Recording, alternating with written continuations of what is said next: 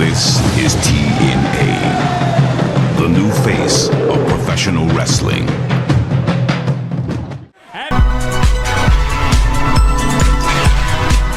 This is the Pro Wrestling Spotlight, presented by Hami Media and the Pro Wrasslin Reflection, where we discuss the very best of the best in pro wrestling history. And what you gonna do when Hulkamania and the largest arms in the world run wild on you?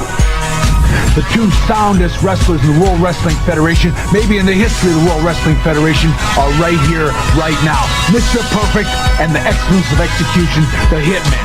WrestleMania weekend isn't complete without the Heartbreak Kid, and he is on his way. He put hard times on Dusty Rhodes and his family. They think they got the answers. I change the question. You will rest in peace. Get used to it in Ric Flair. Who you're looking at, the man. Woo. This man!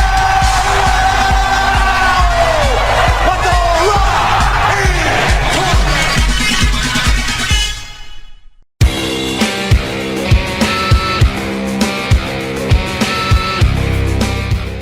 What is going on there, Reflection Knights? What is going on there to the Vetoites, the Dispensary Hami Knights, and the Solitary Confinement PWCites? What is going on to all the ites all over the world? What's going on to the National Guardites? What's going on to the Ukrainites, the Russianites? We're still at war. We're still under martial law. We're still under the apocalypse, but it's the beginning stages of the apocalypse because, you know, we can still go to work, you can still get a paycheck here and there, you can still get running water, you can still get cable TV, you can still get porn on your internet. We're in the beginning stages of apocalypse, but we're not there yet with Walking Dead apocalypse yet, Reflection Nights, but neither here nor there. What is going on to the Magnificent 7, the Elite 8, the Naughty 9, the Terrific 10? You know who you are. Gooch! The belt collector, I see you trying to sell all your shit out there. You know what?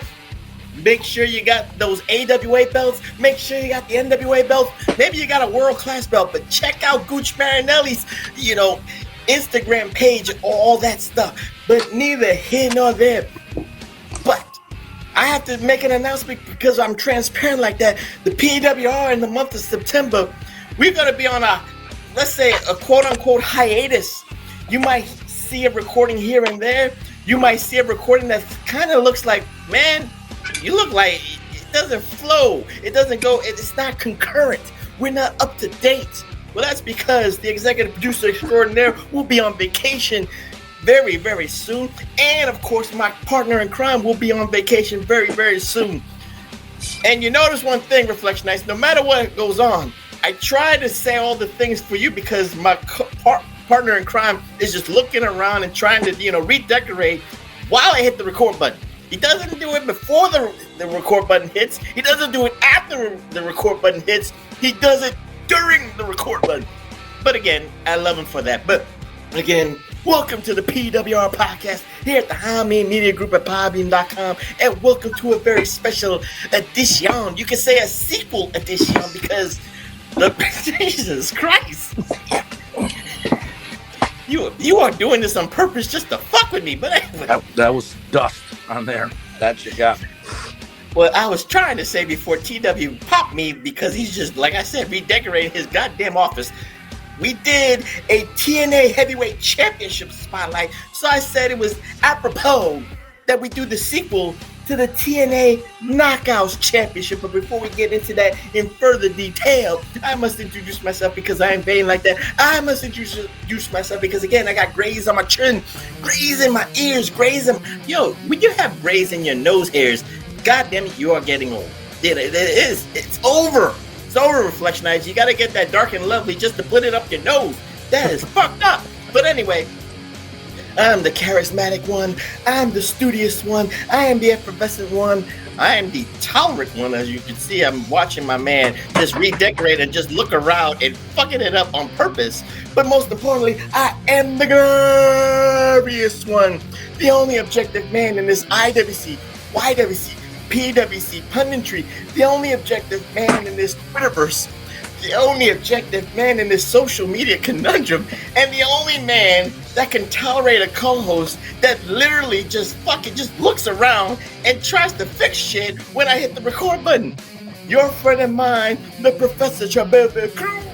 And I'm not here alone. No. I am here with my brother from another mother, the conservative liberal conservative, the solo idiot. I got it right now. Mr. Wonderful, Dr. Freakenstein, and Tim the Two-Man Taylor's personal assistant, and the undisputable, undeniable Detroit Rock City, Michigan heavyweight champion of the world, Tommy Wonder. He's fucking with me, but I love him to death. How you doing, my buddy? Listen, my sole move here is I'm trying to tidy up the set. That's it. Trying to make it look more better. Thinking about turning the way I record so you guys see different stuff every now and again. And I know once you start talking, I got a good 7 to 9 minutes before I start talking. So I just keep busy.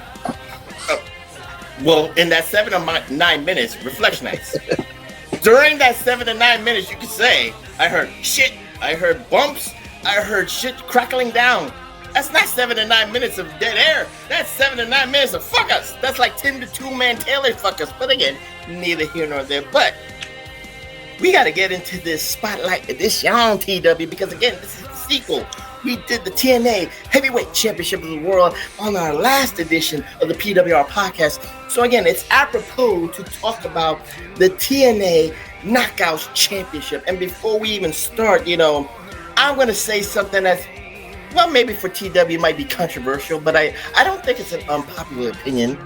I think after doing this, after we do this particular spotlight TW, that I can truly say, without a shadow of a doubt, in North America alone, I'm not talking about Mexico, I'm not talking about Stardom in Japan and stuff like that, with legacies and prestige, that in North America, since 2007, when this championship became relevant and became official, if you will. And again, with TNA, you got it changed its name to Impact Wrestling Knockouts Championship. It changed its name to the Global Force Knockouts Championship. And again, it went back to TNA. But, TW, we have got to say this. Since 2007 to 2025, this is the most prestigious belt in North America. I'm sorry to say that. I think it parlays way more than what WWE has done in the past 25 years. We had that Divas debacle, and of course they tried to do the NXT Revolution with the 4 Horsewomen, and that got its legs, if you will. But again, in terms of wrestling style, in terms of legacy, in terms of prestige, it doesn't hold a candle to WWE. It doesn't hold a candle to TNA Knockouts Championship. That's in my humble opinion. AEW is new, of course. 6 years. It's still trying to build a rep to a degree. So I can't put AEW on that pillar. ROH? What is ROH? But again, neither here nor there. I know there's an MLW, Major League Wrestling Women's Championship. Of course, there's those indie women's championships or TW. And of course, we know that right now, in 2020 Seco, we got a lady in AEW named Mercedes Moné, who is 8 or 9 belts Moné. She has got women's titles from all over the world, from promotions I never heard of. But I will still say the TNA Knockouts Championship is the most prestigious title in America since 2007. I know you don't agree with that, but I have to say that. Listen to me. 2007 to today, which is what? 18 years? Mm-hmm. First of all, I'm stunned that it didn't start until 07. That tells you they had some making up to do, because what did we decide? 2001 or 2 is when TNA started? 2002 is when it started. So 5 years. 6 years. It was 2008 or 7? 2007. 2007. It took 5 years to have a women's champion. Then it took until Scott D'Amore was there to have women tag team champions. So they didn't always treat women, and they called them knockouts, because this is another question I have. Mm-hmm. Gail Kim is the very first champion ever. Is this before or after she eliminates herself from the Battle Royal? This is after. So she's been gone from WWE for 18 years. No, she was in WWE in 2005. She did that shit you're talking about, and then left. That's what I'm saying. So she's been gone for 20 years. I'm saying it's been at least 18 years. Oh, that she's been on WWE TV. Yeah, give or take. Crazy. That's crazy to me. But here's a question I've always had. I always heard Kim. It's one of two things, and they're both not good. Either A, she didn't like the way she was being used, and she took her ball and ran home like a baby and left, right? Okay. Sasha Banks. Or B, it's just what I heard. She thought the WWE objectified women, made them ornaments and not real competitors and all that.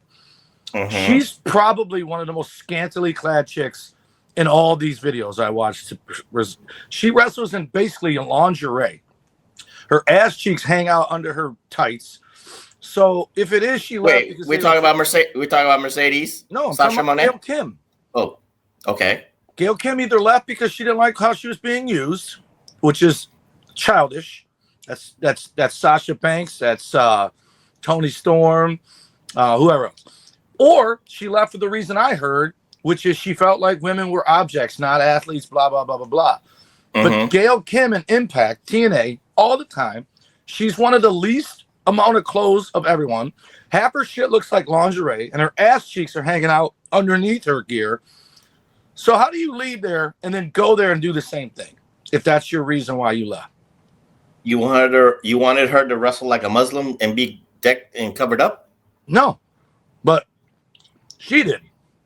And then she goes there and wears even less clothing. I said, I don't understand. And at the end of the day, the chick, unfortunately, for whatever reason, I think it's different now.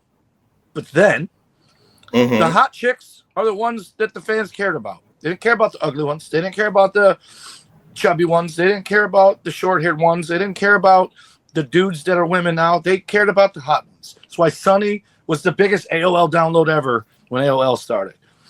Now you got girls that don't have to be hot. They don't have to be fitness magazine cover models. They don't have to be all that. Even though Gail Kim is all of that. She's all of that, and she could wrestle. But I'm going to disagree that it's the best belt for two reasons. One, from 18 years of that existence of that belt, there's been 7 champions because they all had it 14 times each. And 1 minute, they did 2 different times where someone made someone else lay down and lose the belt. I'm not going to tell who because you might bring up the specific storyline. 2 different times Kevin Nashed it and with Hulk Hogan. Multiple times they vacated the title for various reasons. A bunch of them would lose the title and then ask for their release. 5 or 6 of them left at the same time. But one thing I will give it credit for, there really isn't 7 champions. There's quite a few actually. And I think one of them would be in WWE now, if not for the internet canceling her. They're the true test. If obviously they're probably not at their peak when they're in TNA if they end up being Hall of Famers in WWE. But almost the majority of the girls that held this title either came from the WWE, which you have to do to elevate it, right? Or were made there and went on to go to WWE and at some point do well there as well. And I got to say this. I don't think anyone's going to let her listen to it. I don't mean it as a slight. I just always thought, I think she's an 18-time champion. Angelina Love is not attractive. I think if you take away her blonde hair and her Barbie body, she's not good looking. But they always called her the beautiful people. And I'm sure she's a sweetheart in real life, but her character on TV, it's one of those things where she's a 10 until she opened her mouth, right? Davey Richards will agree with you, so don't worry about it. They're not married no more? No. That was my other question. It said she retired because she want to have a baby. That was the baby daddy, right? Was Davey Richards. Well, they were married, and now they're not married anymore. So Davey Richards will agree with you. Give me some dirt. Give me the tea, as the kids say. I have no idea about that. I just know they're not married anymore. I don't keep up with that kind of gossip. Well, I didn't know they weren't together. Matter of fact, I found out today they were together. Now I found out they're not together. Also, of course not. Also found out today that Jade, who I remember watching, because I actually watch TNA sometimes. Jade is Maya Kim, Maya Yim, whatever the fuck her name is. Or Michin. Michin.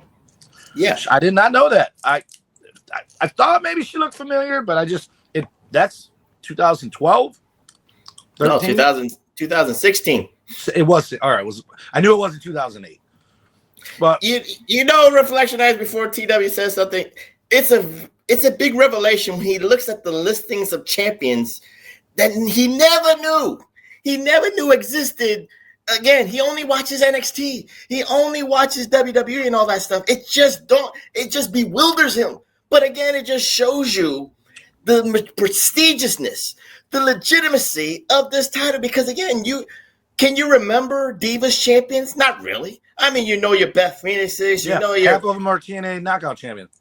Not all half of them. But anyway, again, no one really cares about the Divas division except the Divas that did wrestle. And they were trying to put respect on it. That's why the Knockouts Championship blows it out the water. Because again, it took, you said it, it's not a dig and it's not a flex, Reflection Nights. It took 5 years to perfect it. It took 5 years to get a comparable women's roster onto TNA after TNA wrestling fans, those hardcores, like you said, TW, like last week, they were asking for it. They wanted something different. They were tired of bra and panties matches. They were tired of mud pit matches.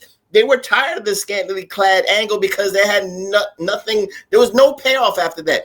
After the perverts, dusted themselves off and dried themselves off or wiped themselves off, what else do you have with these women? You needed something else. So that's where TNA became the alternative. That's where TNA got greater. Again, from that standpoint, until the NXT revolution, I'll give you that, with the 4 horsewomen, that's when people were like, oh, the women's division, hands down, is way better than what WWE's doing on their TV on Mondays and Friday nights. That was proof positive. And now we get it. Beginning, but I wouldn't say the whole run. I will almost say the whole run. Again, until the NXT revolution, until the WWE universe. 2016. That's 9 years, man. That's a decade. 16 from 7. It's end of 7, start of 17. It's 8 years. Dude, you're shortchanging them. There were still people that the 4 horsewomen, they blew up, but there were still good females at the time in WWE before the 4 horsewomen. And where was everybody gravitating towards? NXT. That's what I'm trying to say. I'm giving the NXT the rub. Stole it. But again, TNA was a bigger platform than NXT to a degree because it was still on Spike and it still had a better platform. But anyway, again, this is a great debate because again, between TNA, total nonstop action, TW, we have to say this once again.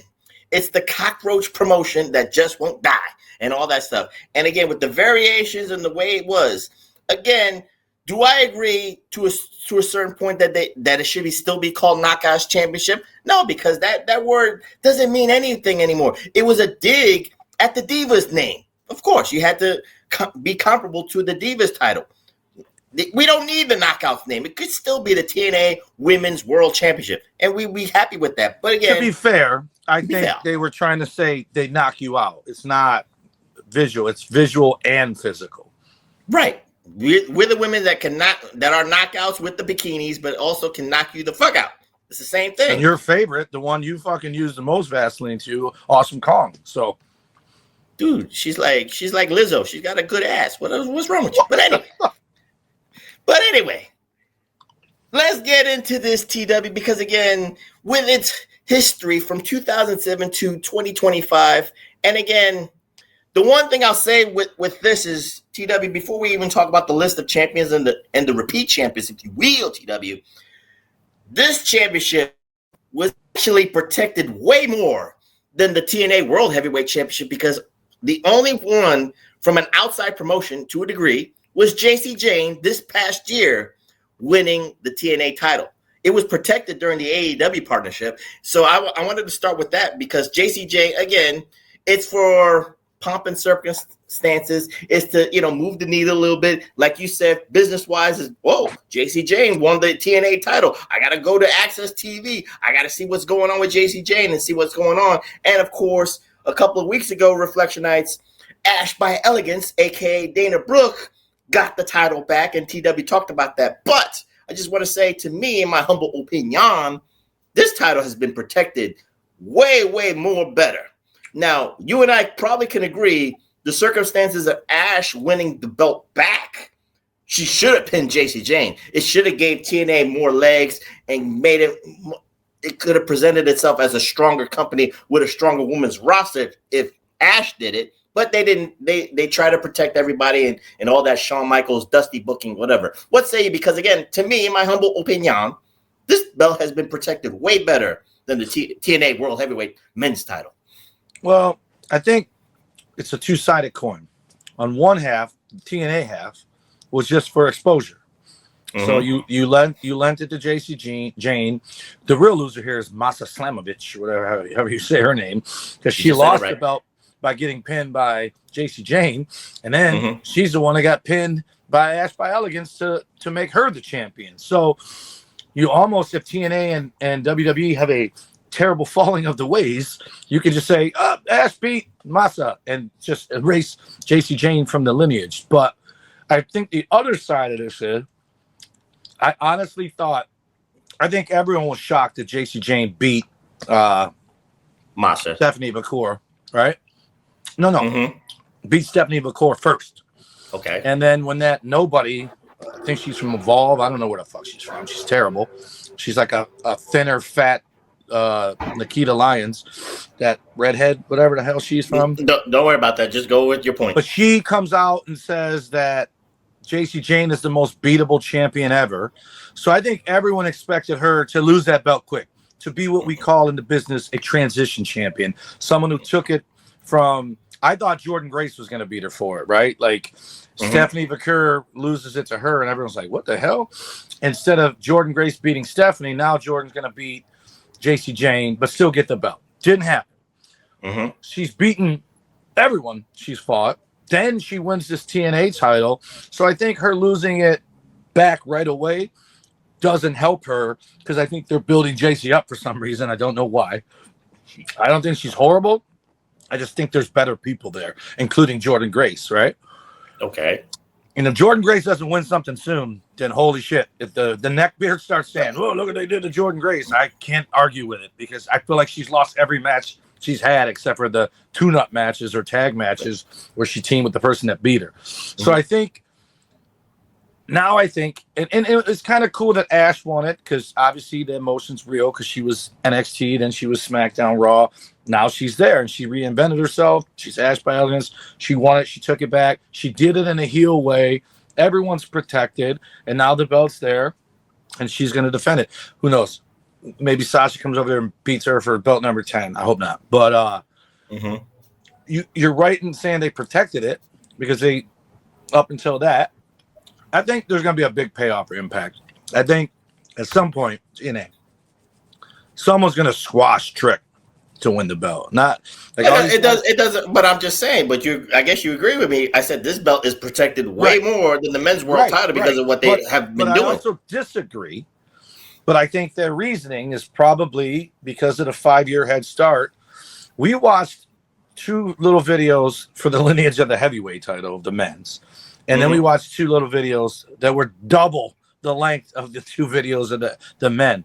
There have been way more title changes for the women, which makes it even more crazy, because there's more than one girl that had the belt for over 200-300 days. There's quite a few of them, but still in 18 years, I mean, you think about it, if 3 girls hold it for a year, almost a year, Taya held it, Jordan held it, Gail held it.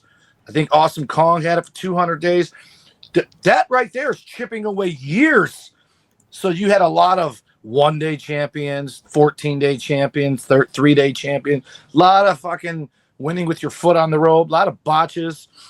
But I think they were trying. It's what I think they do with the Raw world title. I think they have all these quick title changes. It's because they're trying to make a lineage. It's not as prestigious when 2 guys have held it, which most people say the opposite. There's only been 2 champions. Well, when you can say you're the number 12 or whatever champion, it feels like you're in a, there's billions of people in the world and only 12 guys held the world title. But I like the presentation of this. But to say that they didn't do TNA stuff, no pun intended, is not true. Well, Vince Russo was there, so he had to do some TNA stuff. We know that. But again, you just said it. Some of the TNA knockouts had good, long, sustaining title runs. So we can't deny that. Like you said, you respect the lineage more if someone has a long title run. We just named 4 that had it. But again, with that being said, Reflectionites, I just wanted to point the first thing out that just happened right now with the JC Jane Ash by Elegance. But everything starts with your first. You lose your virginity. And in 2007, with overwhelming TNA support from the fans, male and female, that they wanted this, tournament style, I think it was Bound for Glory 2007, Gail Kim became the inaugural champion. Now, again, TW, if you have an affinity for her, the way she conducts business, I understand that. So be it. I understand.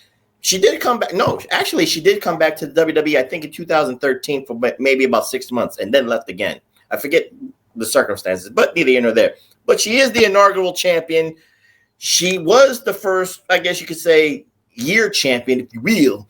She was the perfect woman to start the lineage.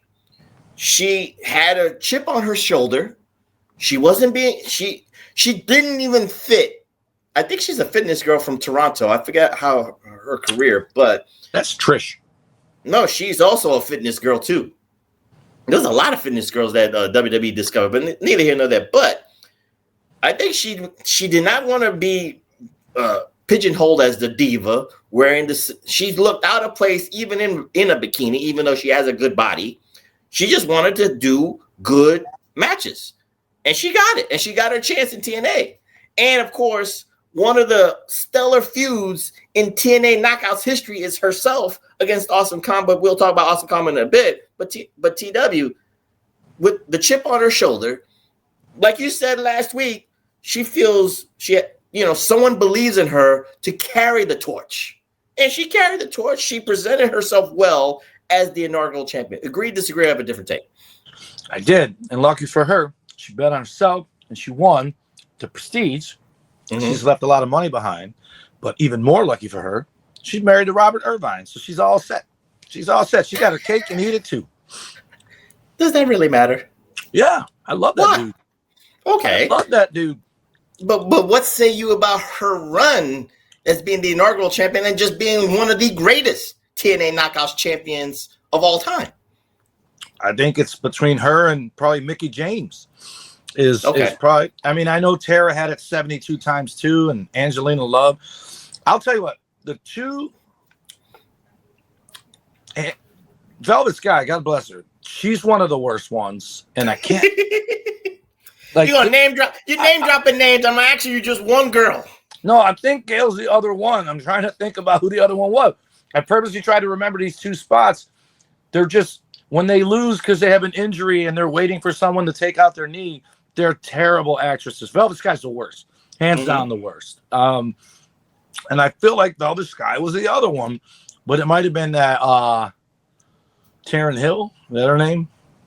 Taryn Terrell. Yeah. Is that the one that went crazy? They brought her in as a referee first, and then she ended up being champ and went crazy and had the dollhouse. Yeah. Yeah, her. That's what Mia Yim was in, the dollhouse. Yes, she was. But yeah, Gail Kim, she's good. I don't think she's the best. But as far as how she was portrayed for that title and all that, the other problem I have with her is she pulled a Shawn Michaels twice. Twice she gave up the belt without losing it. First time she got injured, they said, in the match with Maria. And the last time she won it, held it for one day, and then retired the next day, which is fine.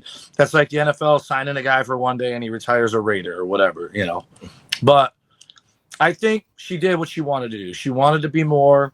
She carried that thing. Awesome Kong was there first, then WWE, right? And then went back there?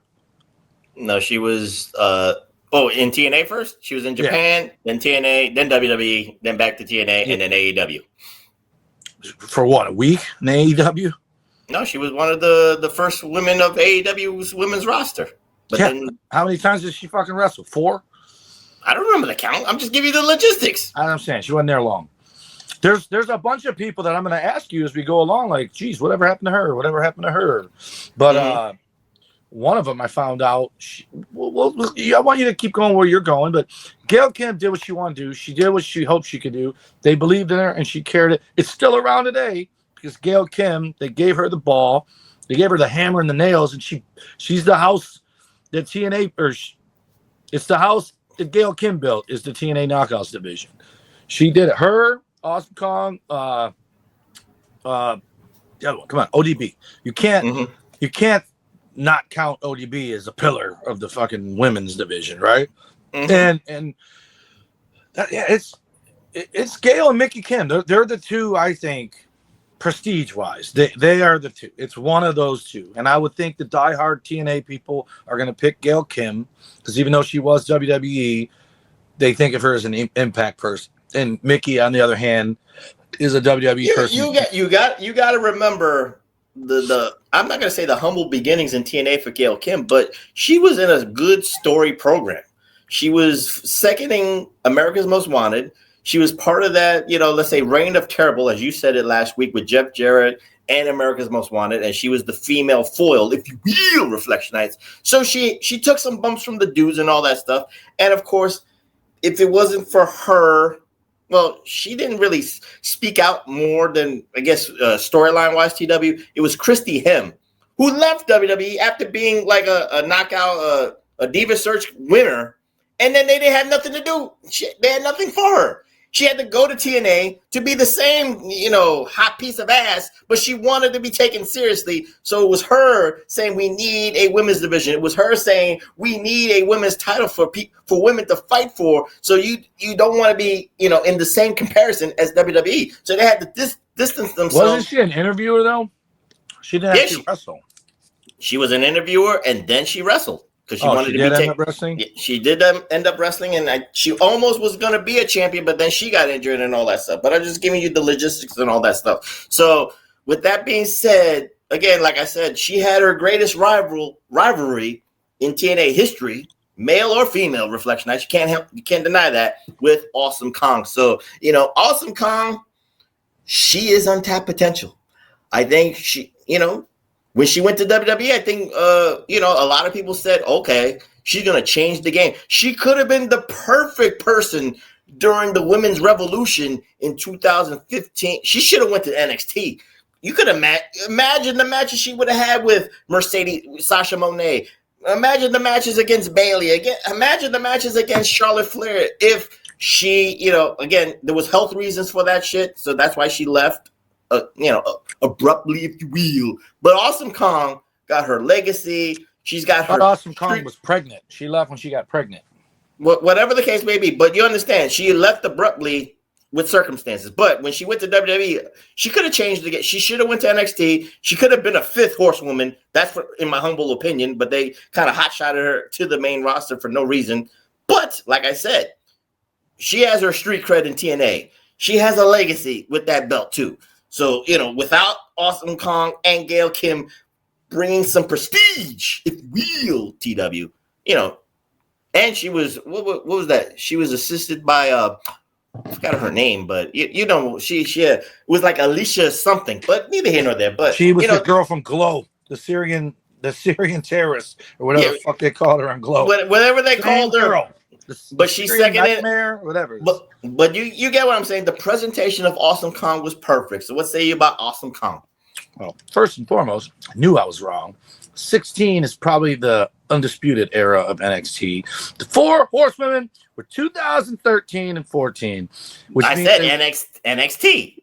That ain't 9 years. It's. But no one. See, you're being a homer because I got the facts. 2013, 2014, literally 5% of the people, the hardcore dummies, were watching NXT to that hardcore extreme. And it wasn't even on TV until 2014. That's what I'm trying to tell you. It was on Peacock. It wasn't on Peacock. The WWE Network didn't happen until the 14th, and it wasn't even that perfect. But again, neither here nor there. Talk about Awesome Kong, man. Awesome Kong, you look around this room, the cool thing about her, first of all, is as scary as she was or whatever, from all accounts, everyone, she's a sweetheart, right? So you got this this mean looking broad, you know, like ODB, just a broad. She's another one that people say is a sweetheart. Just this, and she can move. But you look around this room, what she is toyetic. They would have made Awesome Kong action figures for days, right? Because she had the look and she could carry herself.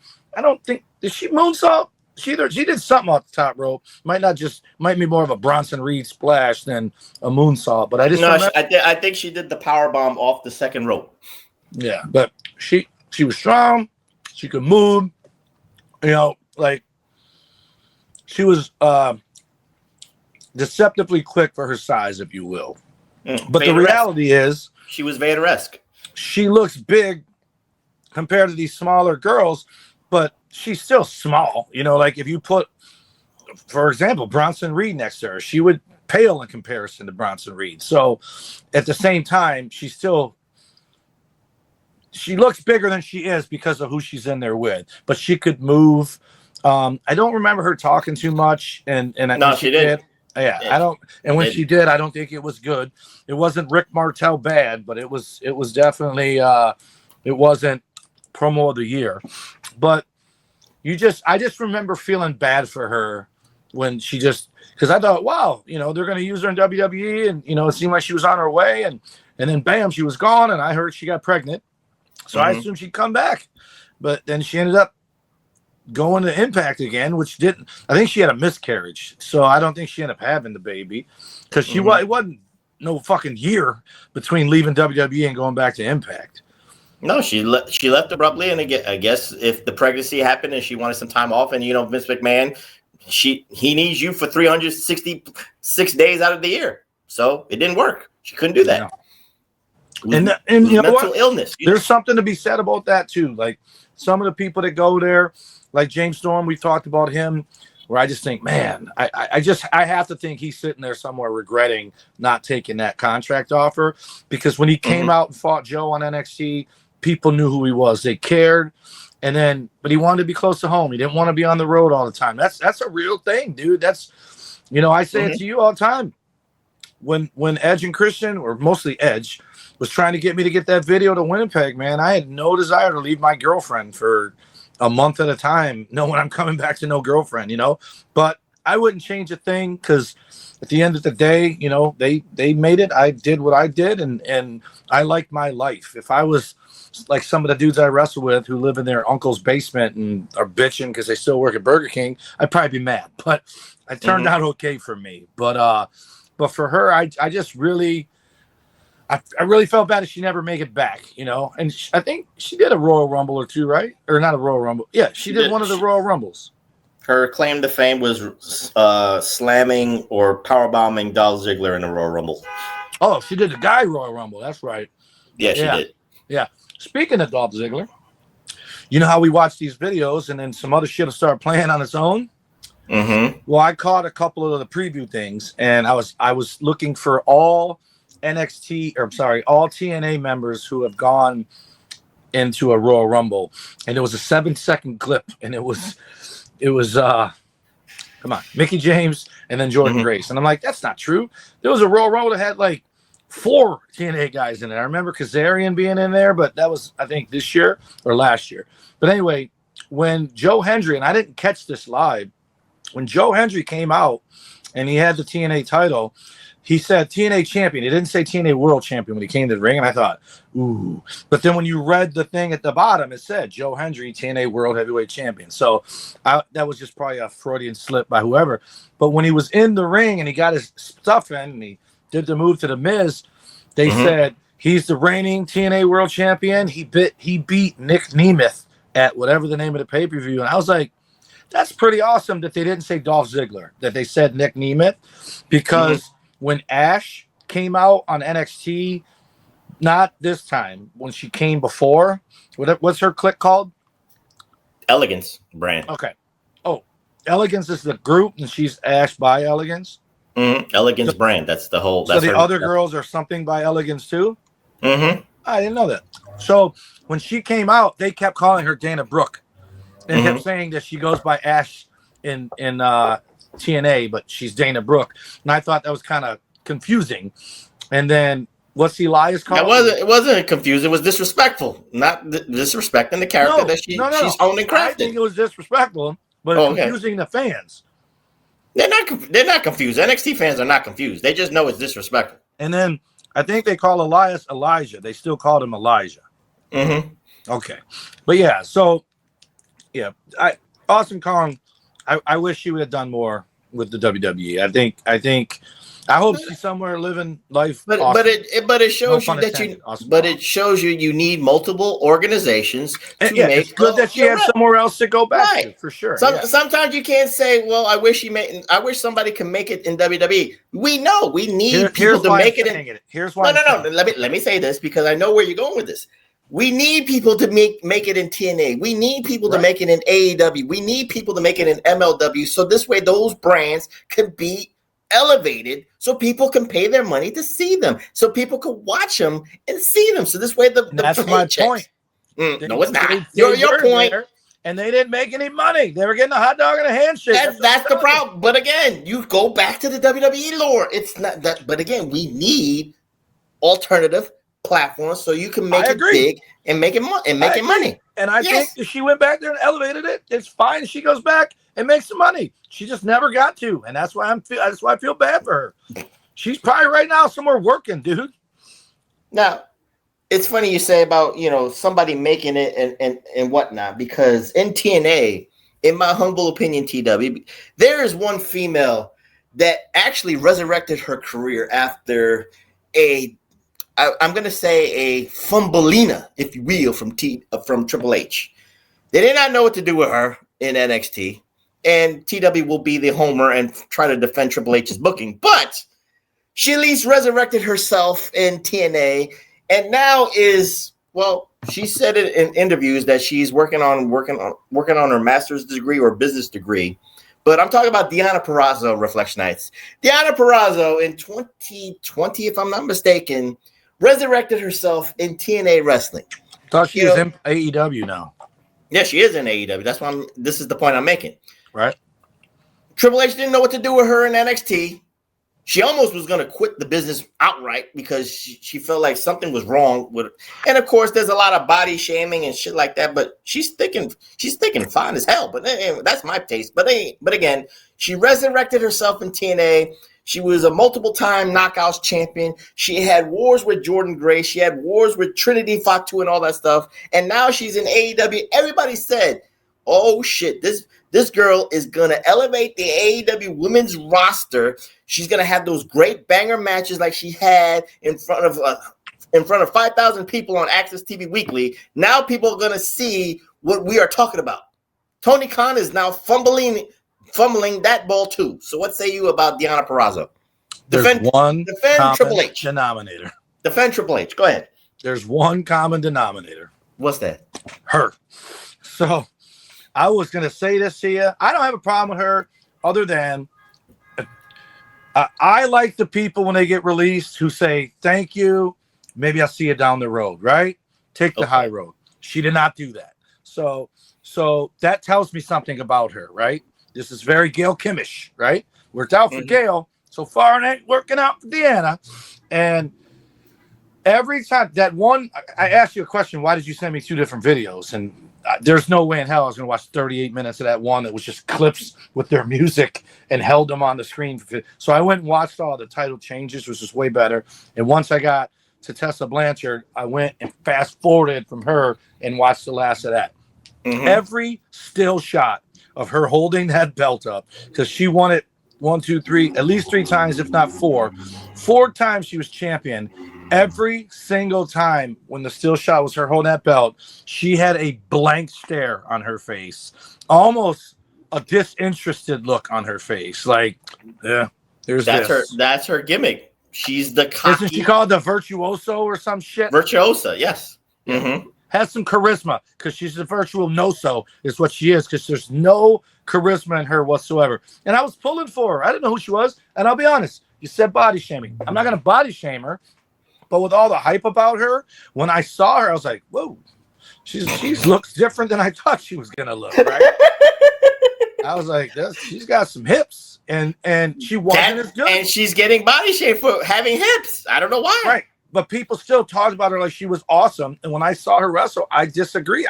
I didn't see it. And then I heard when she went back to Impact and her contract was up, there was possibility of her going back to WWE, and she chose AEW. And look how that's turning out for her. Because I'll tell you what, I still don't believe a word Cross says. I think Cross is to show up at GCW, to show up at fucking NXT or Evolve, because they're all in bed together, right? But I'm not even knocking her for picking AEW. Like if she had the option to go to either one and she chose AEW and her reason was, well, I already tried that and they didn't do anything with me, I'm going to try this. And then AEW, for all the people that people do like and love and get TV time, there's 150 guys and girls that get zero TV time. That pool meme is funny because it's true. And I would say this. NXT had a little run of that when they had McClure, Julia, Jordan Grace, and then Mariah May. They're all coming boom, boom, boom, boom, boom. And somebody had to go to the bottom of the pool because, hey, who's all this? But that's the problem of the IWC Mark Tars, TW. Let's be honest with that, because again, everybody who comes, you just said it, boom, boom, boom, boom. Not every boom, boom, boom, boom means you're going to be the main event. Not every boom, boom, boom, boom means you're going to be the champion. Not every boom, boom, boom, boom means you're going to sell out the arenas or be top billing all that time. Everybody has their place. Deonna Purrazzo had her place in Impact Wrestling. She had her run in Impact Wrestling, and she didn't even get that boom, boom, boom, boom in AEW because she never got a chance to boom, boom, boom because Tony Khan doesn't know what to do because all he cares about is two women, Sasha Monet and Toni Storm. That's all he cares about. Everybody else who are great in that division are being stagnant because of one guy's, Fumbelina.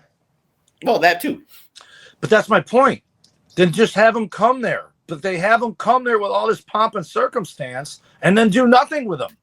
It's like, what the fuck? I honestly do not know the last time I watched AEW. It's just unwatchable to me. Like, I watched it with the hopes that this is the week. I understand that, but again, we have to put Mark Tars have got to take some blame and look in the mirror because again, we set the bar so high. I'm not saying that she should be, jobbing. I'm not saying any woman who goes to WWE or goes to AEW has to be the heavyweight champion in night one in the span of a week. But we also will say in the first week, oh my God, she lost her debut match. She's done. They don't know what to do with her. We set that bar so high that we even kill momentum. We killed the momentum that they're trying to build. Sometimes it should be a slow burn. Sometimes it should be a story of, the Cody Rhodes story doesn't work for everybody, but you know what I'm saying. Sometimes a slow burn could help sometimes. Let me tell you something. Go ahead. Your first match on your debut is a pomp and circumstance shit, and you come out and lose, that means they have no plans for you. Unless, like Mariah May, you coming out as a babyface, but they always knew all along they're going to turn her heel, and you're coming out and she's losing because, she won the tag match, but she lost by count out to whatever that Jordan Grace, whatever the fuck, not Jordan Grace, the other Jordan. I understand what you're talking about, but again, I'm just saying part of an angle why she lost. It was heel turn. She has her in-ring debut, singles, and loses by count out. But then she got it back. She beat Kalani Jordan, right? Yeah. Then she beat fucking Jordan Grace. But I think Jordan Grace had to lose that match because she's lost so many that if Mariah May, because that was only her second match, she won the count-out match with Lilani. Then she goes there and beats Jordan Grace and then almost loses to Lilani again. Wait. But I'll say this. In terms of Deonna Purrazzo, because I always know that you're going to go back to NXT and other women. But again, with Deonna Purrazzo, she did come in with some pomp and circumstances, and she had a feud coming in because she has some good matches against Thunder Rosa.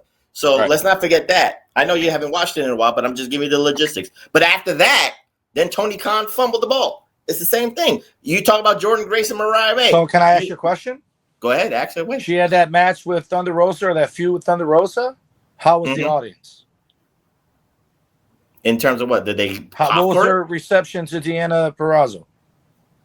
They loved it. They did. Banger after banger after banger. Like Sheamus. That's the other thing is some people come there and the crowd sits on their hands. And then what are you going to do then? There's nothing you can do. Because I would say in NXT, people sat on their fucking hands. But that's for Mariah May? For Mariah May? For Deanna Purrazzo when she was in Impact or TNA. And what the fuck ever it's called, NXT. I feel like nobody cared, right? But that's a recipe for people carrying AEW because their number one Christmas wish is to get a WWE cast-off that was not used and make a star out of them and say, look, he knows how to use them better, right? But I don't think anyone even thinks of her as a WWE cast-off. I just think that it's TNA. She's a TNA person. Yeah, she's a TNA person. She had a cup of coffee in the fucking NXT. I don't even think she was there long. She got released quick. Well, it doesn't matter. She was a cast-off. But here's the other problem. What's the problem? We don't know how she is behind the scenes. Some people are unfucking bearable, unworkable. And those are the people that do the interviews and go, yeah, I just wanted to do business. Nobody wanted to talk to me. And then you hear 9 people go, fuck, she did. She's terrible. And I'm pretty sure when you brought this whole Sasha Banks thing. Wait, are you saying in Jey Uso terms, 3 letters? PMS? Is that what you're saying? That's why she's unbearable? But she just might be unbearable because there's guys that are unbearable. Mr. Kennedy's probably one of them, and he's fucking nothing, right? There's just certain Ryback, unbearable, right? There's a reason. Sebastian Bach will never be in Skid Row again, even though they would become instant millionaires again because it would draw like crazy. They were offered the reunion tour of Guns N' Roses for them to reunite, so it would be a dual tour of reuniting. And they said no because Sebastian Bach is unbearable. And so you have people, Tony Khan, you know what? He seems unbearable too, just for the record. There's like Ryback, or not Ryback, Shaq Swagger. I don't know what the fuck, Jake Hager, whatever the fuck his name is. He talked about how he was shitty. The only ones attached their mouth to the ass of Tony Khan is that fucking bald guy from the Revival. That's it. No one else really defends him other than I was like, that guy, it's like he's got a bat signal. Someone talks shit about Tony Khan, he's got to fucking put on his fucking dick-sucking lips and come out and defend him. But he might be unbearable. So imagine he's unbearable, and then you have her coming in there, hey, this is what I'm going to do, blah, blah, blah. And he just looks at her and goes, the fuck you are? And they're both unbearable, and now she's just doing nothing. That could be the case. 2 negative ions don't go together. We understand. The winner's going to be the guy with the checkbook that his dad gave him. That's going to be the winner.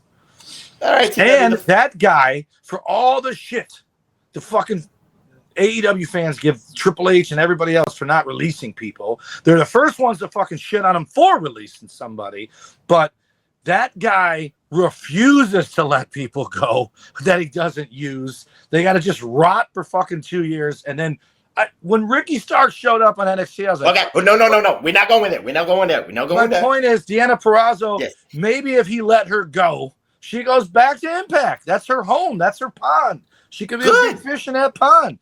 But these AEW fans, and if the 12 of the fuckers listen here are AEW fans, tell Tony Khan, free her. Let her go back to Impact. Because it's probably there's not a better time to be a part of Impact than right now.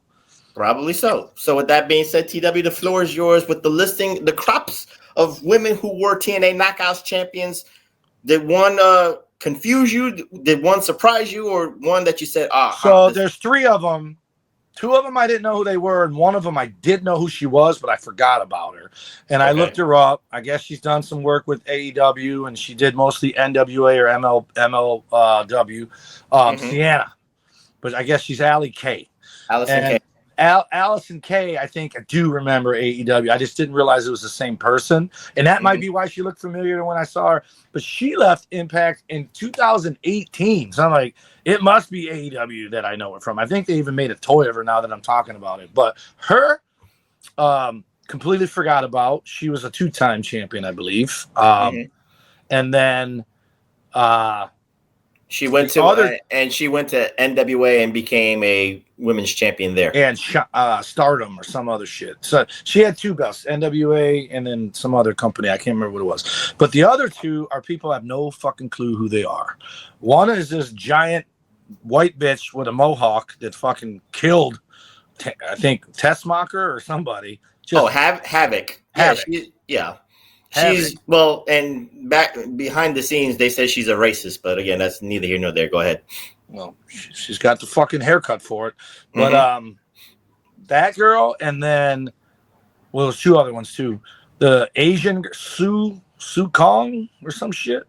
Sue Kim. She beat Allie by choke slamming her in the coffin. Yeah, that's Rich Swann's ex. Has she gone on to do anything else, or is she just done? I haven't seen. She probably does the wife. That was Rick. That was the girl that accused Rich Swann of everything. Oh.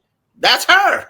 Oh, yeah. So she's blacklisted. She's hanging out with Tessa Blanchard somewhere, then, eh? Well, she's working the indies, so that's all I know about her. And then the other one is some giant bitch that looks like she can't be too old because she was part of the Lady Club or some shit. I don't know what the fuck they were called. Give me the name. Latonga or something. She's big giant. She never won that title. She didn't win the title. I know, but she helped. She helped Gail Kim win it. Yeah, but she was with the other girl, the blonde, the WWE girl. She was either with Maria Kanellis or she was with. She was. I know Gail Kim. She might have been with Maria Kanellis in the mid 2010s. Yeah, well, that girl. Whatever happened to her? She probably indies or touring around the world or retired. Yeah, because she would be bloodline material. They want to make a girl bloodline. That girl looked like one of them motherfuckers with titties. What? And then I will tell you the person who I think grew leaps and bounds. But also fast tracked. You said something about ECW had to run up the flagpole, Rhino a little earlier, and other guys a little earlier than they were maybe ready for. But I remember when Brooke Tessmacher came out, she almost came out almost like Dustin Rhodes came out against DiBiase when his first run in WWE, where he's just upstart kid. You just make it 10 minutes, and that's how they made him. They did that. I understand that, but I don't think it's fast tracking. I just think that she looked out of place as a wrestler, even though I don't want to disrespect her. No. I'm giving you because she was better eye candy as a valet, right, and not believable as a wrestler, even though they made her a 2-time Knockouts champion. But that's what I'm telling you. If you watch the first title win, she's just upstart, fucking Santino beating Umaga kind of thing. And very shy and whatever, and then you Scooby-Doo to her second run, which is probably not even 2 years later.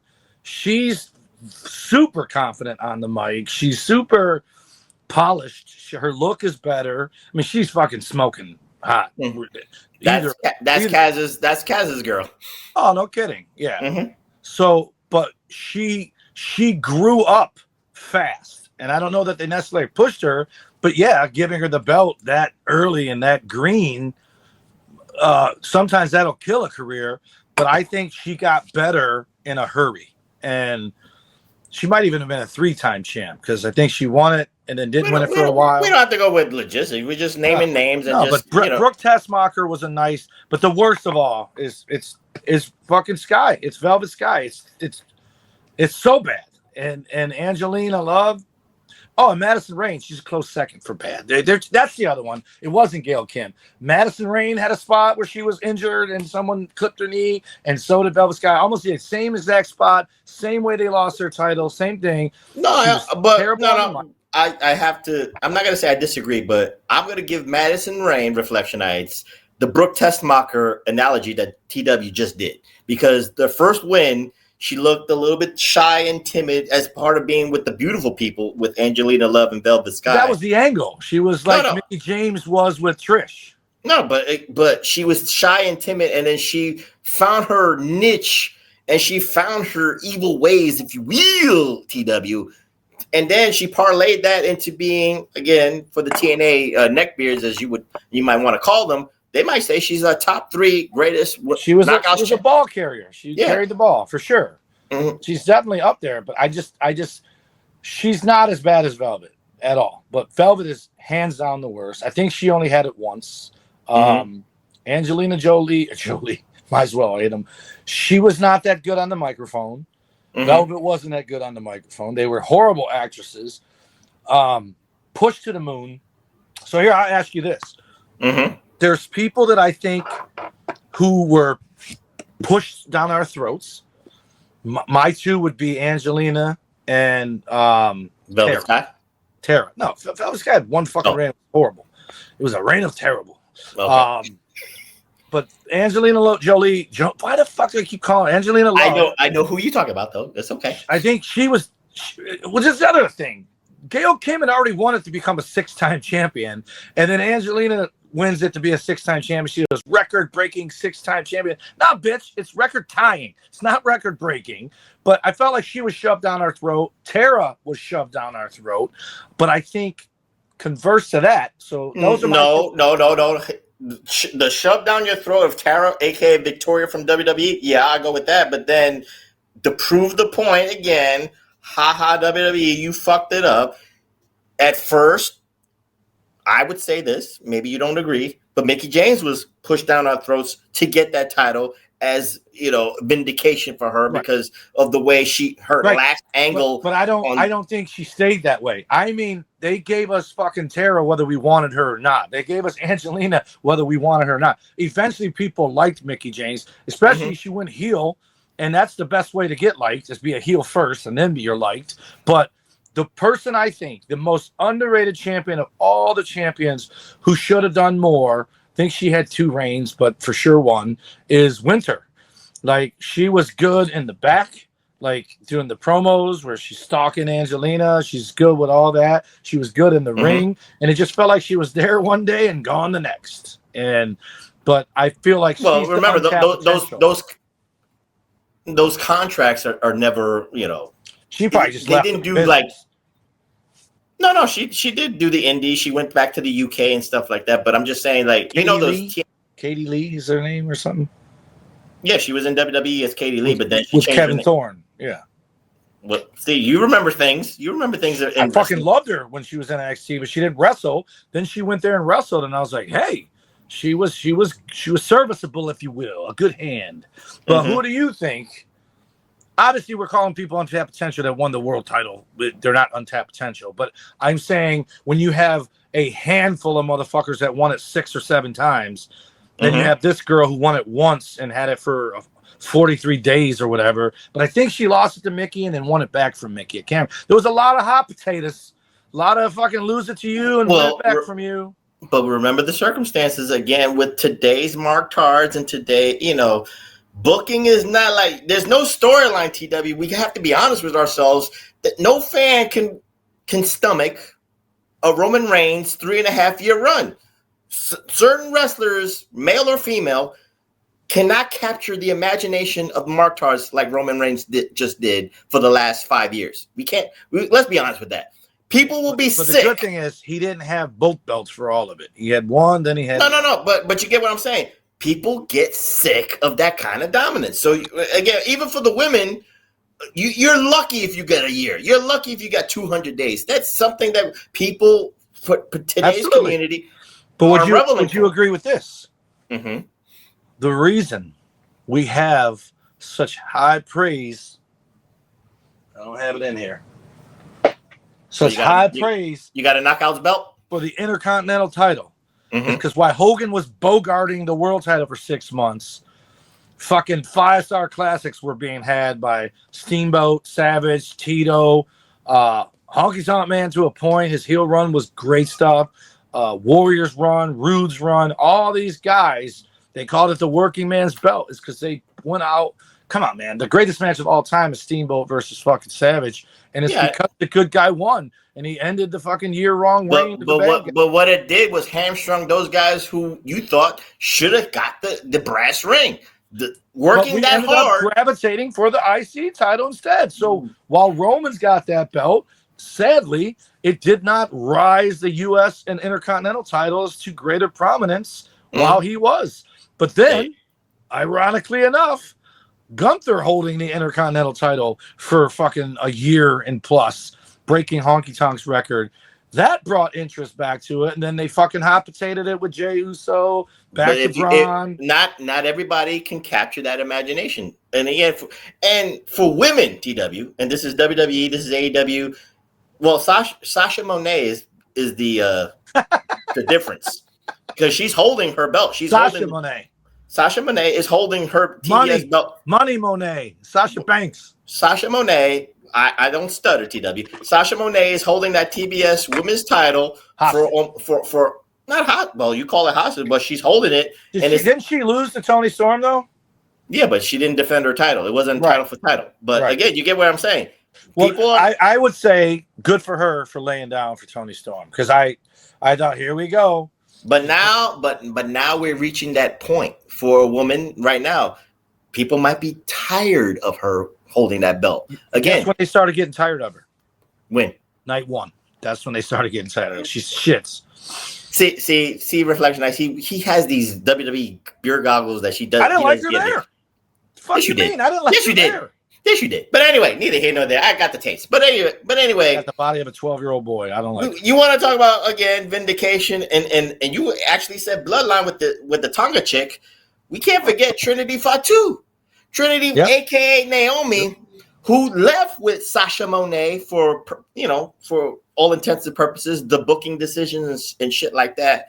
She parlayed that career to a phoenix in TNA, being the Knockouts Women's Champion. And before getting pregnant by Jimmy Uso, she got that great run that we all knew that she had in her. She got 2 Shawn Michaels smile moments to herself.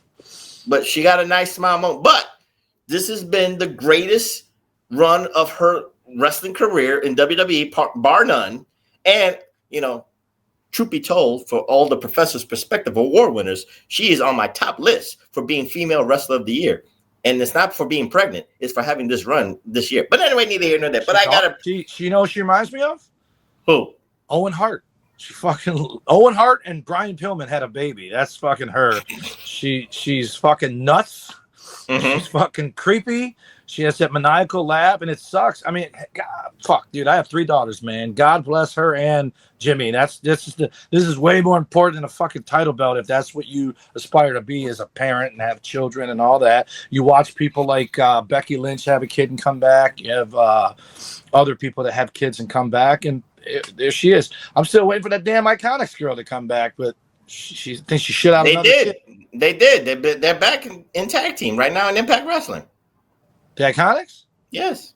But I'm saying she had. They're called the Inspiration. She already had her kid, and now she's back to wrestling. Good for them. So I think and then of course Jimmy's dad fucking shit all over her for it, but that guy just tries to get clicks. I heard you're gonna have to tell me what happened with him, because I guess WWE severed ties with him for something. That's Roger Jackson stuff. Because of it, he did what he did to that guy at Rikishi's school.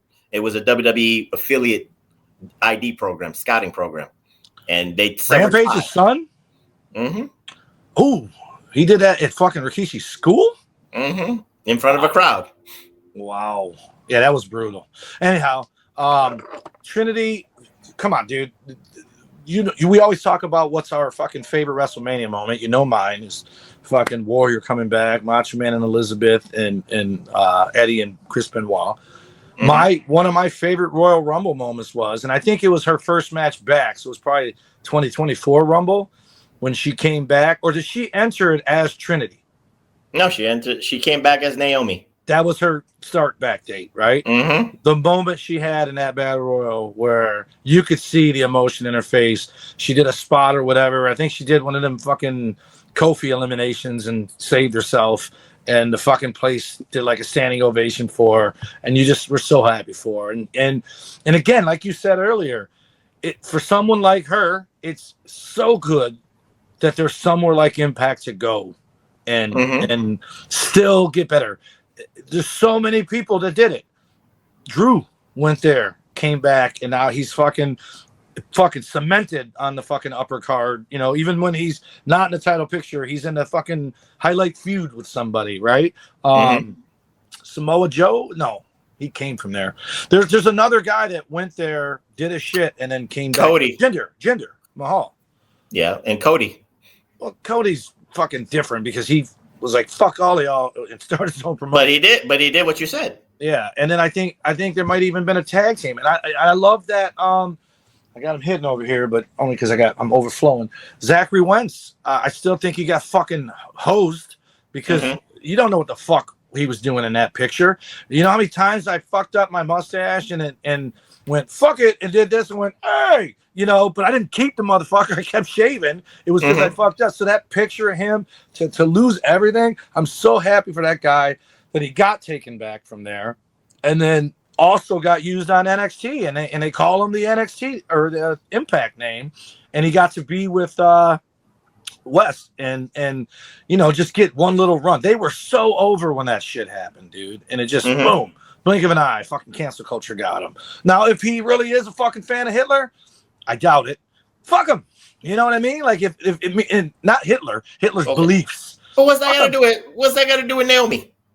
I'm saying Naomi got let go. It's a fucking low. It's a valley. And then she goes to TNA, and yeah, you're not wrestling in front of the same crowd. She didn't get let go. She quit, and they just wanted to. They wanted to say it that they let her go. No, she quit. That's not what I heard. She quit with Sasha quit, and Trinity just got fucking caught up in it, and they just let her go. But they both plus, quit. I think her contract was out. They both quit. I give you the logistics. But only one of them was running her fucking gums. It wasn't her, and look who's back there now. So, but at the end of the day, there was somewhere for her to go, and she did what she had to do to improve and do whatever the fuck, and then came back and lost in a lot of this. And this is what I was saying about Deonna Purrazzo. I got sidetracked with Cross, but at the end of the day, Triple H almost has like fucking bulletin board, and one of the top fucking initiatives is to retribution for people that got let go that shouldn't have been. They did it with Jinder. It didn't last long, but they did it with him. They put the fucking, no matter what these fucking idiots on the internet say about why they put the belt on him, they still did. Because they didn't put it on other motherfuckers, but they put it on Jinder. And he right now, they put it on him for marketing purposes, but it doesn't matter. That means they believe that it would fucking work to put it on him. They put, let me hit newsflash, Professor. No, I every fucking guy with a belt has it for marketing purposes. They want to sell tickets. That's why they do it. But at the end of the day, they put it on Brett because they wanted Canada's market. They always put it on Tito because they wanted Mexico's market. You think they bought AAA because they like it? No, they want fucking Mexico's market. That's what it's the wrestling business. But of course it is. But so Deonna Purrazzo, maybe she comes back and Triple H is like, let's go. Like, I don't have Vince McMahon handcuffs on anymore. Let's showcase you and see what we can do. We don't know if that would even work either, because certain people that have come back have been stalled too in the Mark Card's eyes. It's happened both ways. I bet you they say it. That's why I keep saying we need more alternatives, more platforms. So this way they can make let's make a bet. Let's make a board bet right now. Okay. Within 1 year, Rusev will be world champion. I think they're slow building him. They had him lose some, win some. They had him tap out Sheamus, and they made a point of saying that's probably only the second time Sheamus has ever tapped out in a match. No, he'll get the Intercontinental belt, but he ain't getting the world title. He's getting the world title. Mark my words. He ain't getting the world title. I don't think. And I love what he did. But anyway, hold on. This past week, because I gotta. We talk about women. We talk about he big made breasts. some comments about AEW. And if anybody with a brain would know his comments were kayfabe, but people are all mad at him because they think he's shitting on AEW. He didn't shit on AEW even in kayfabe. He said I was the best wrestler there. That's why I knew it was time to go back to WWE because I still want to be world champion. But he was saying I could wrestle better than him, like it was a shoot. I know that it ain't no shoot. He's just being in character. We know that. But anyway, Trinity Fatu, aka Naomi Reflectionites, got the vindication, got the respect that she deserved by going to a different platform. That's the point I've been trying to make all the time, that even though Mr. Homer, WWE lover, TW keeps saying, I know, but it comes back to WWE with you all the time. But I'm just saying that Trinity needed that. She needed the war with Deonna Purrazzo to win the title. Wait. Do me a favor. Go ahead. Go to your boss tomorrow and quit and tell him you want to go work in the WNBA instead of the NBA. Well, that's the same boss, so I have to quit everywhere. All right. You want to go work in the fucking National Women's Hockey League, NWHL. You want to go work there instead. I'll make it billion-dollar company. I can do it. All right. My point is the WWE is where the fucking money's made. If they want to go to AEW and just cash a check and fucking barely wrestle and get hurt when they finally do, like all the rest of those guys, by all they means, getting paid. They're getting paid. And then they get hurt. Do you want to be the catering champion of the world, getting top dollar? I'll do it. I love it. Don't bother me. Twice. I would do it twice. I've done it. I got paid $250. I got to eat WWE catering one. You know what? You know another name that also goes into the, let's say the. You never answered my question. What was the question? Because you go everywhere. There are people that you said Mickie James was shoved down their throat, but I mean, who do you think is the most untapped potential of all the champions?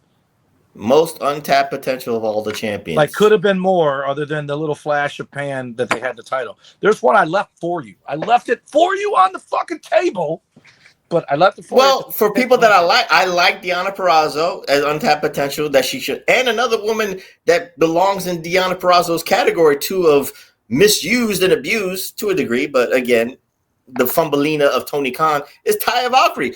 She had the belt for a year and some change too. So she's had a good run. And during her reign of terror, if you will, TW, with Deonna Purrazzo also, both of them were TNA Knockouts champions and either CMLL or AAA women's champions. So the cred is there. So again, Fumbleina right there. Most untapped potential, I would say, from a TNA original standpoint, she never got a just due run. I think she was great chasing it, and people wanted to cheer for her to get it. But then once she got it, I guess people just didn't feel like it fell out of place, and that's ODB.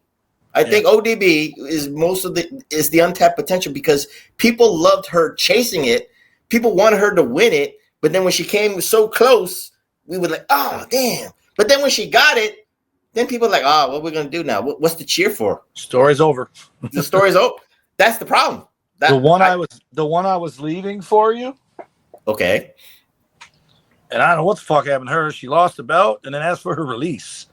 Is this Butte right here? Oh, Chelsea Green. Yeah. Lorna Von Luss or Ness or whatever the fuck they call it. Go ahead. No, she won the TNA Knockouts title. She reinvented herself. I think she went to NXT. It didn't work out, and then went back down to TNA, and then rechanged her gimmick. No. I'm mistaken. Reflection. I'm sorry. She did the indie circuit. She did Lucha Underground as Chelsea Green. Then TNA saw her, gave her a chance. She reinvented herself there. Then it was NXT, and then she got released. That's the thing you're talking about. Released, and then Triple H wanted to give her a second chance, and the second chance paid off. It was Chelsea Green. Yeah. But I'm saying she didn't do much in TNA. She was running around crazy, won the belt, lost the belt, asked for her release, which I'm assuming is when she went to NXT the first time. And then when she went back as Chelsea Green. Yeah. And I think she had a faction, or at least a team. I don't remember that. Again, I didn't watch Impact Wrestling every week, but when she came back, she just had to, let's say, rehone her skills and stuff like that, because as we saw with Unreal TW, this shit's real to certain things are real to her. She knew that. I think the first time she understands the game of WWE, and she understands the entertainment value, and she even said it in Unreal, whether it was scripted or not. I don't care what I'm doing on TV. I don't care if I'm looking in the lights. Yeah, I saw the clip. As long as I'm on TV, that means they trust me. What she said was, I'm getting paid a lot of money to look like an idiot, and I don't care how bad because she's done the food matches and all that stuff. She goes, it's entertainment. And she's so over right now. Like her, Ethan Page, and then fucking other two knuckleheads. If they don't transfer, this is the chance to be a whole nother fucking Canadian, whatever. Add another guy. They're just money. Chelsea Green is money. I love her. You mean create Team Canada in the SmackDown division? Yeah. Ethan Page and her are ready, dude. I mean, she's already there, but you know what I mean. Ethan Page is fucking ready.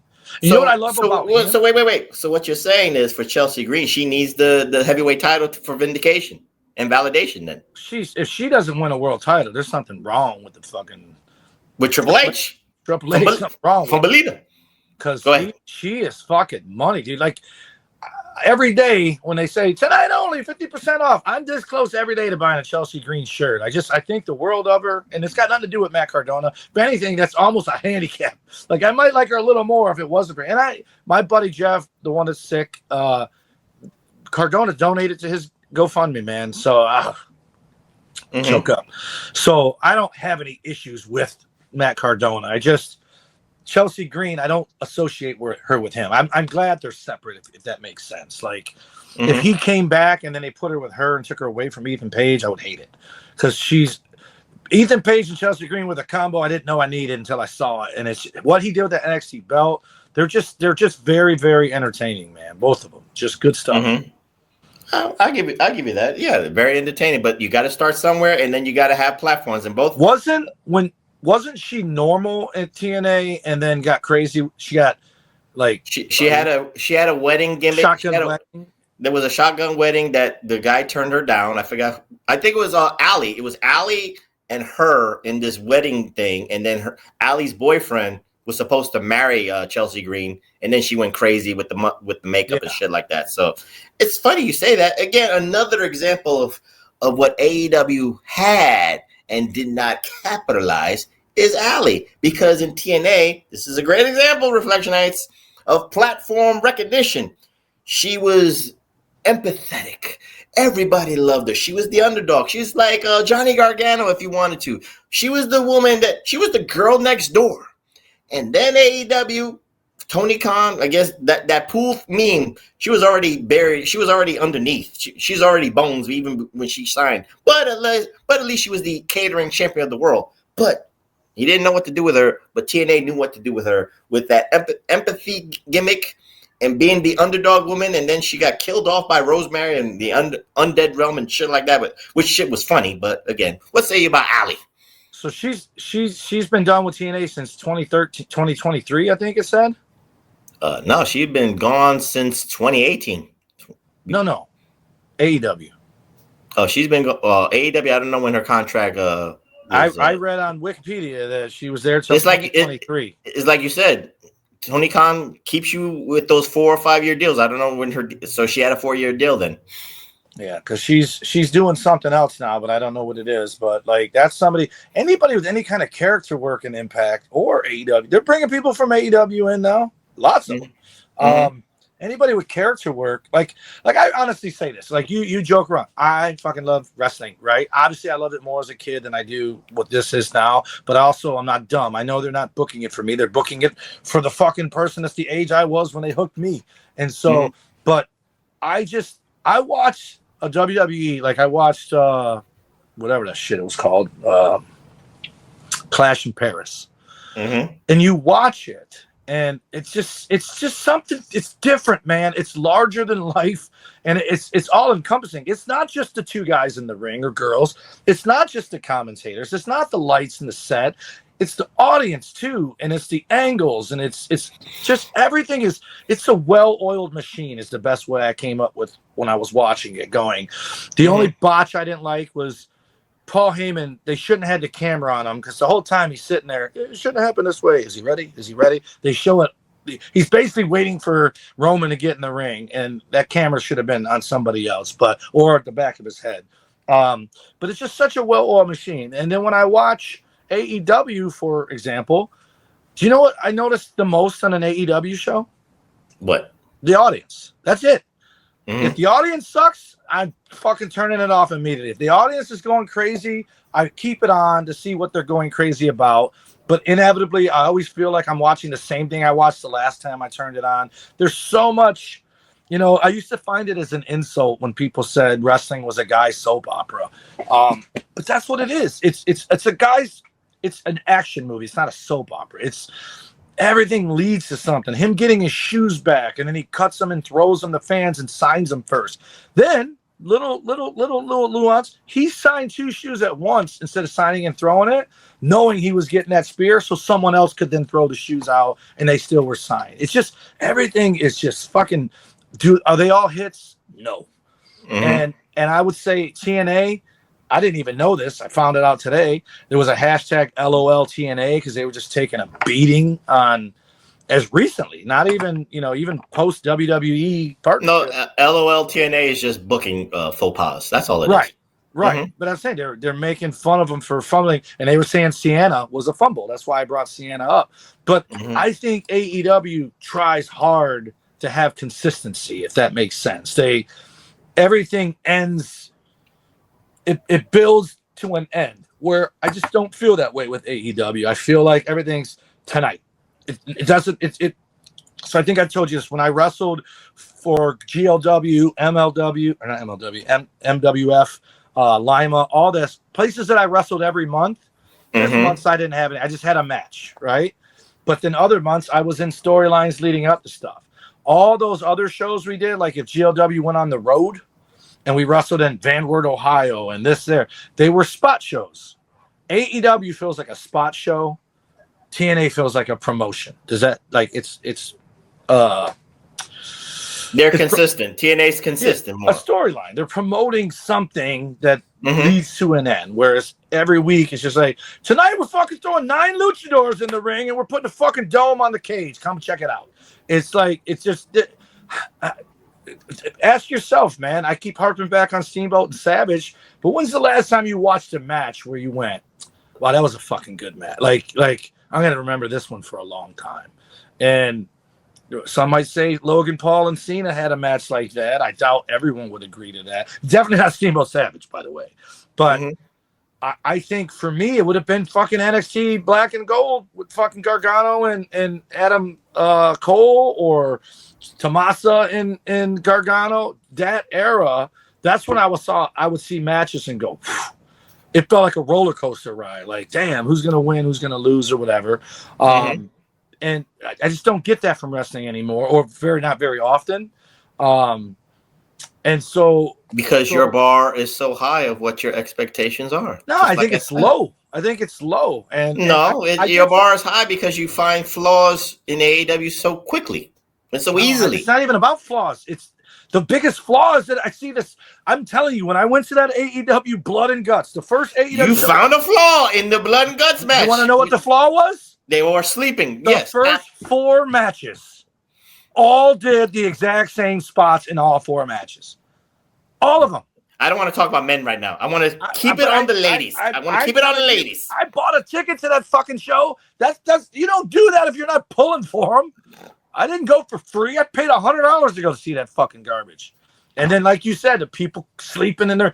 Claudio Cesaro fucking slid under the fucking apron and took a nap. I don't care about that. I thought that was funny. But I'm saying I want each person to have their own personality.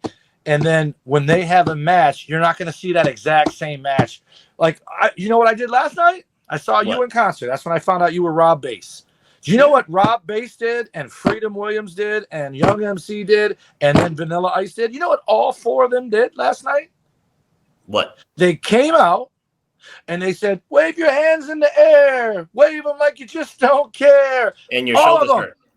Someone should have said, hey, guys, I'm using this tonight. Do something else. All fucking 4 of them did it. And you know what Vanilla Ice and Rob Bass did? And did you wave your hands 5 times? 4. There's 4 of them. Thank you. At least you did it multiple times and you didn't feel cheated. And do you know what Vanilla Ice and Rob Bass also both did? What? They both sang my favorite rap song of all time. Fucking DMX. Up in here, up in here. They both did that. Have a conversation, man. You take Up in Here, I'll take Old Dirty Bastard, because he did Old Dirty Bastard. You cannot do a wrestling booking for concerts. You can't do it. No. What I'm telling you is, if there's 2 tag team matches and they all do the double fucking suplex into a fucking turnaround, catch your partner and super kick him up, if they do that in every tag match, fans are going to go, what the fuck? What the fuck? Are we all doing the same fucking moves? They see Reflection Ice. He has his expectations. The bar is there. There's a bar. Yeah, I expect you to have a match that's different than the other 9. I don't expect 9 matches that are all the same. Well, with that being said, Reflection Ice, I'm going to close this out on, I guess, the last great TNA champion, and now she's in NXT right now, and that is the juggernaut, Jordynne Grace. You mean canceling Tessa too? The fuck?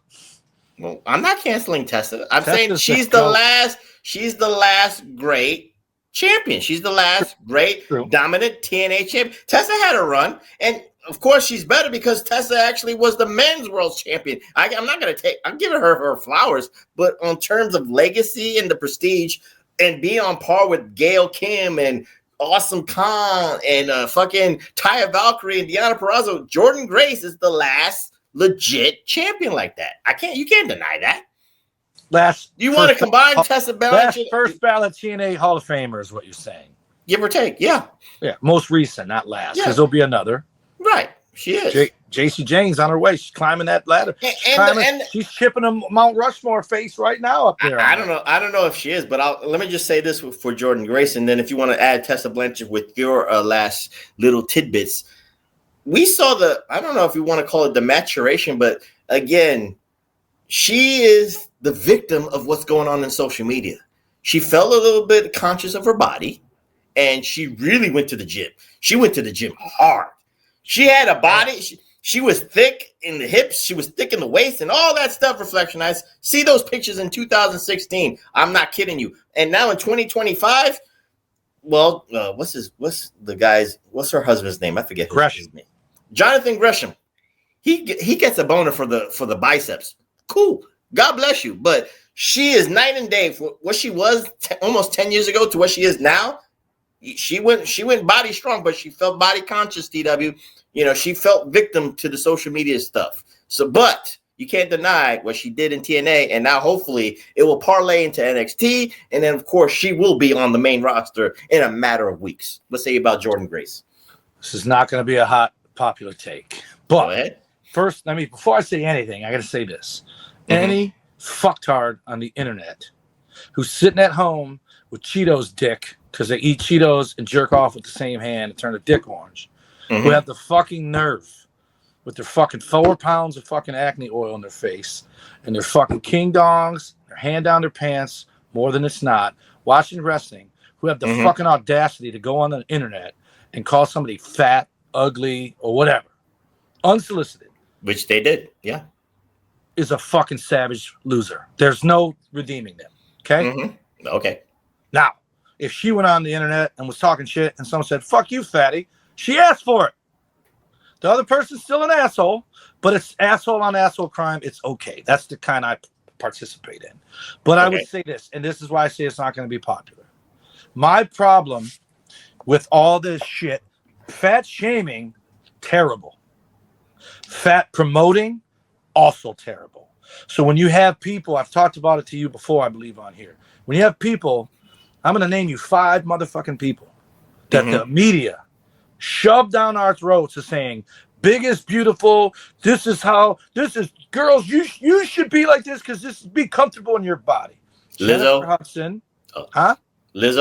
Lizzo, Jennifer Hudson, Christy Alley, fucking, all right, 3. There's a couple more. Oprah.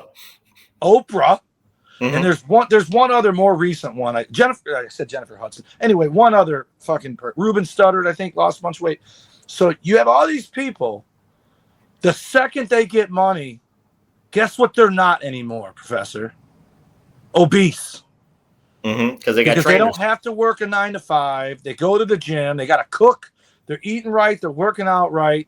Yeah, it's an unfair advantage, but they earned it by doing whatever they did to get money, right?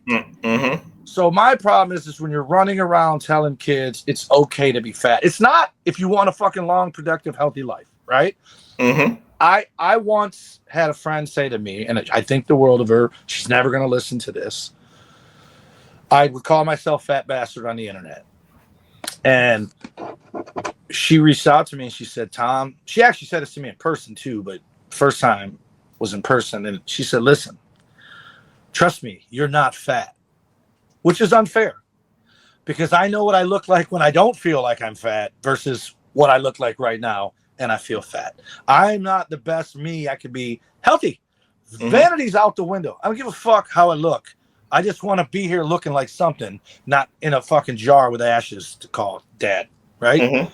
So when she said it to me, it broke my heart because I understood what she was saying to me because she used to be way bigger and she lost a lot of weight, but she's still big. So she's comparing me not being as big as her to telling me stop saying I'm fat. but she didn't mean it like I'm an asshole for doing it. She meant it in two ways. She was telling me she wanted to give you the support system that she didn't have in her abilities. That's part of it. She wanted me to know, Tom, you're not fat. You look great. But she doesn't understand. It's not looks that I'm after. It's not being tired all the time, not being able to sleep because my fucking fat in my neck makes me snore and wake up. And you want to see your dick. I got you. I want to see my dick. Also, yes. But the other thing she was telling me and this was her more important. This is what she focused on saying to me. She said, when you keep calling yourself fat, imagine all your friends and family who are fat, who read that, what they think about themselves. And which is, again, unfair to me because that ain't what I'm trying to do. But I understood what she said. And I tied her advice to this other thing that I read, and I read it again recently.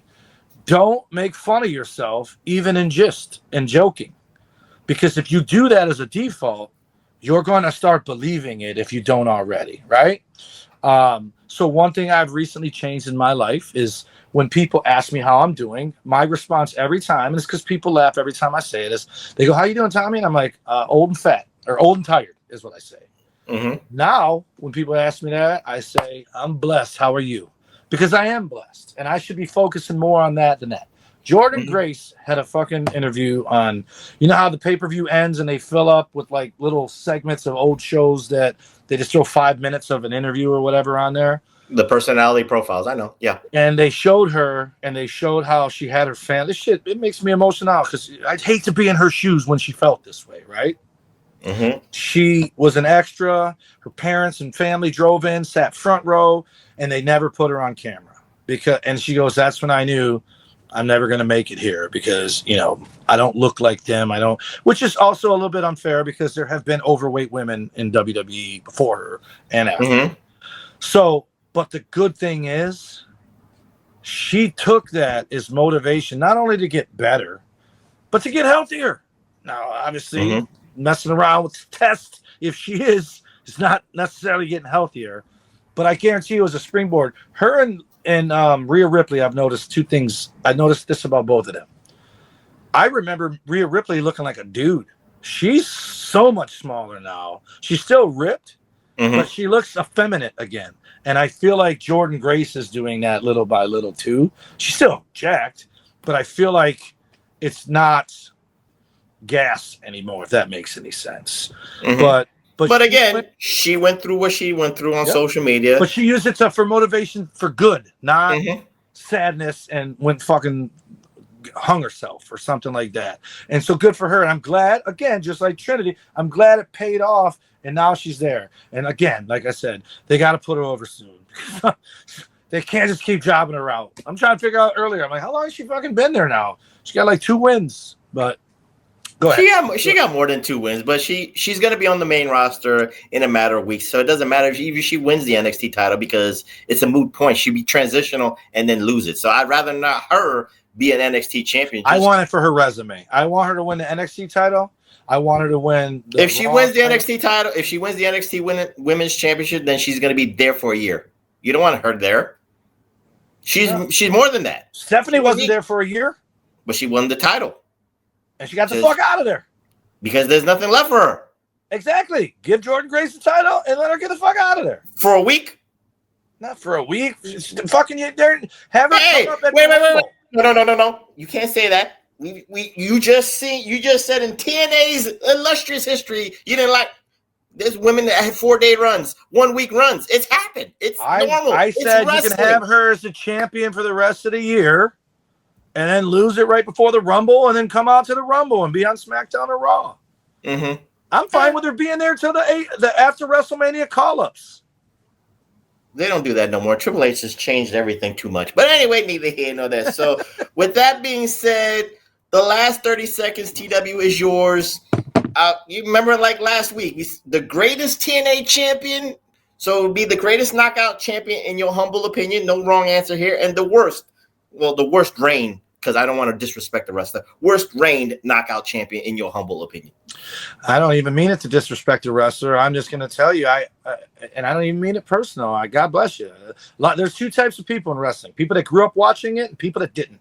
And the ones that grew up watching it seem to be more of a natural, or find out right away they're not meant to do it and get out of it. Then you have the people that grew up that just want to make money and they become a wrestler, and there's two types of them. The Stings and the Goldbergs and the Lugers who get better and become stars, and then the people that just fade away because they weren't meant to do it. But for me, that's Velvet Sky is the word. Maybe she was over more than I realized at the time, because that's another thing. They don't necessarily put the belt on you because you're good. They put it on you because you're over. But I just think she was a weak champion, a weak run, a weak reign, and there was just other people there that were more deserving of it. And the person I thought you were going to talk about with ODB that I was surprised never won it, who I think should have, is Frankie Kazarian's isn't fucking Tessmacher. It's fucking Brooke. That's the same girl. Brooke No, it ain't. Tessmacher. Yes, it is. No, it ain't. Trust It's the professor. not the same girl. Trust the professor. I will bet you $100 that's not the same girl. Brooke Tessmacher is the same. She changed No, they are not. Yes, it is. The other one's Brooke is the last name. It's not the first name. There is no Brooke last name. Dude, It's Brooke it is not the Tessmacher. same. It's not the same girl, dude. I can't even believe you think it's the same girl. Oh, Cool. man. I can't believe I didn't catch that. Hold on a second. Anyway, so she's the worst, but I got to tell you, I got it. I'm going to choose between Gail and Kim and Mickie James. It's Mickie James. And the reason I say it's Mickie James is I think she brought eyes to the table that weren't there, and she was the first one to walk out a Royal Rumble with another promotion's title belt. She did that, and therefore she is the most important champion they've ever had. Tracy Brooks, you jackass. They don't even look alike. They both have dark. Are you trying to say all white women look But Tracy Brooks was never the champion. That's what I'm saying. She should have been. That's what's crazy to me. Tracy Brooks should have been that's Frankie Kazarian's wife, not Brooke Tessmacher. No, Brooke Tessmacher is Kaz's girl. No way she isn't. They're two different people. All right, who cares? I'm going to put their pictures side by side on our page and say, please, everyone laugh at fucking Professor for thinking that these two people are the same person. Tracy Brooks is a giant, and Brooke Tessmacher is a preemie. 5'3" and 5'1" is not giants. Titties are titties. But anyway, neither here nor there. Hold on, man. Tracy Brooks. I can't believe you think we are running out of time. TW, you said what you said. When does that ever happen? No, I'm trying to put it because there's nothing left to talk about. I said my two. Worst is fucking Velvet Sky. Not because of her, but I just felt like which I will tend to agree with you. I think because best was Mickie James because she carried that title out onto a WWE pay-per-view, and she had many reigns like Gail Kim. The tiebreaker for me. I'll give you that for logistics, but I can't agree with and then the person that should have won it is Tracy Brooks. So you got to tell me your worst, your best, and your person that should have been champion. Well, I agree with you on the worst, but for a different reason. I think that she never honed the craft to what you and I like. Velvet Sky, she had the looks, no doubt about it. She didn't improve, with the skills. I'll give you that. The best is a tie between Gail Kim and Awesome Kong, because you have to start somewhere to get where Mickie James got to have that opportunity. TW, if it wasn't for those two anchoring the women's division, we wouldn't get where Mickie James got the opportunity to go with the Royal Rumble stuff. Who was the person that I couldn't tell if it was Daphne or not? That because it was kind of cool. We didn't talk about how she won the first title. It was a battle royal where everyone got eliminated, and the last two then had to wrestle, and she hit a finish on what looked like Daphne to me. Well, the one that closest looks like Daphne is Rosemary with the makeup and the green hair. But Daphne was before Rosemary's time. True, but the first title, 2007. I don't think Rosemary's around yet. So she pinned her to win the title in that battle royal. You don't know who it was that she beat? I don't remember. Those women were not full timers. There was not a lot of full timers just yet. So it was like that Mae Young Classic where they just bring in chicks for jobs. And I would say a woman that should have won it. I don't know if there's a woman that should have won it, in my opinion, because I never really looked at that. Like you said with Tracy Brooks, who cares? Titties are titties. But who would be for me?